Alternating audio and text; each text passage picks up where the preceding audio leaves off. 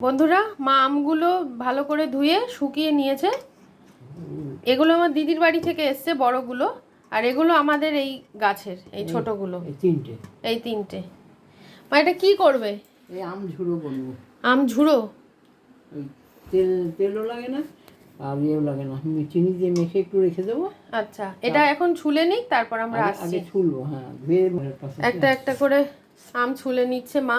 ওই যে একটা ছোলা হয়েছে, এখান থেকে নিচ্ছে আর ছুলছে।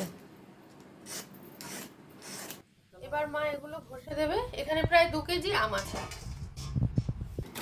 এইভাবে ঘষে নিতে হবে। মা হাত দিয়ে একটু তুলে দেখাও।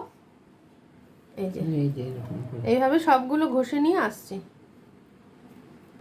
সব আমগুলো কোরানো হয়ে গেছে।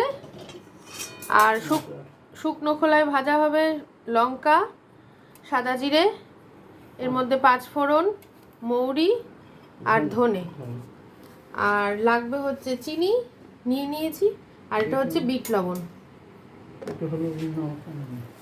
এগুলো শুকনো খোলায় আগে ভাজা হয়ে যাক, আমি মিক্সিতে ঘুরিয়ে নেব। প্রায় ভাজা হয়ে গেছে। এবার এটা মিক্সিতে গুঁড়ো করে নেব একটু ঠান্ডা হলে। এটা এবার চিনি দিয়ে মাখানো হবে আমগুলো। 4 চামচ চিনি দিচ্ছে মা। ঝাল ঝাল মিষ্টি মিষ্টি হয়। ঝাল ঝাল মিষ্টি মিষ্টি। অতটা মশলা না লাগলেও থেকে যাবে। এটা মা ভালো করে মেখে নিচ্ছে। 15 মিনিট রাখবো। 15 মিনিট এটা মাখা থাকবে। এটা আমি এবার গুঁড়ো করে নেব।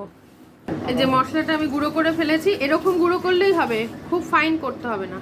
এটা অলরেডি 15 মিনিট হয়ে গেছে, অনেকটা জল উঠে গেছে। এবার নেক্সট প্রসেসে আসবো। অল্প করে সামান্য সর্ষের তেল চলে যাচ্ছে। মা দিয়ে দিল 5 ফোড়ন আর শুকনো লঙ্কা। আমগুলো চলে যাচ্ছে। আমগুলো সব চলে গেল। এবার চলে যাচ্ছে হলুদ, এবার চলে যাচ্ছে লঙ্কার গুঁড়ো, স্বাদটাকে ব্যালেন্স করার জন্য অ্যাকচুয়ালি।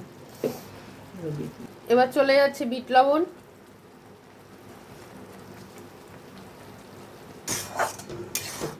মিক্সিং হচ্ছে। আর একটু বিট লবণ চলে যাচ্ছে। এটা অলরেডি ডান। এবার এর মধ্যে চলে যাবে ভাজা মশলাটা।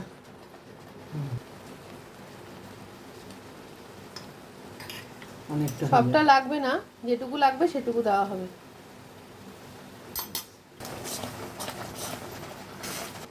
এবার চলে যাচ্ছে ভিনিগার, যাতে একটু ভালো থাকে অনেক দিন। তো আমাদের আমের ঝুড়া আচার রেডি। আপনারা এইভাবে করে খাবেন, ভালো লাগবে। যা গন্ধটা বেরিয়েছে, আপনাদের তো শোকাতে পারবো না। এটা অলরেডি ডান। ঠান্ডা হলে শুধু বয়মে ভরতে হবে। কাচের বয়ম অবশ্যই, প্লাস্টিক হলেও হবে। ঠিক আছে, আজকের মতো টাটা। ক্লোজ করে দেখাও। ওয়াও।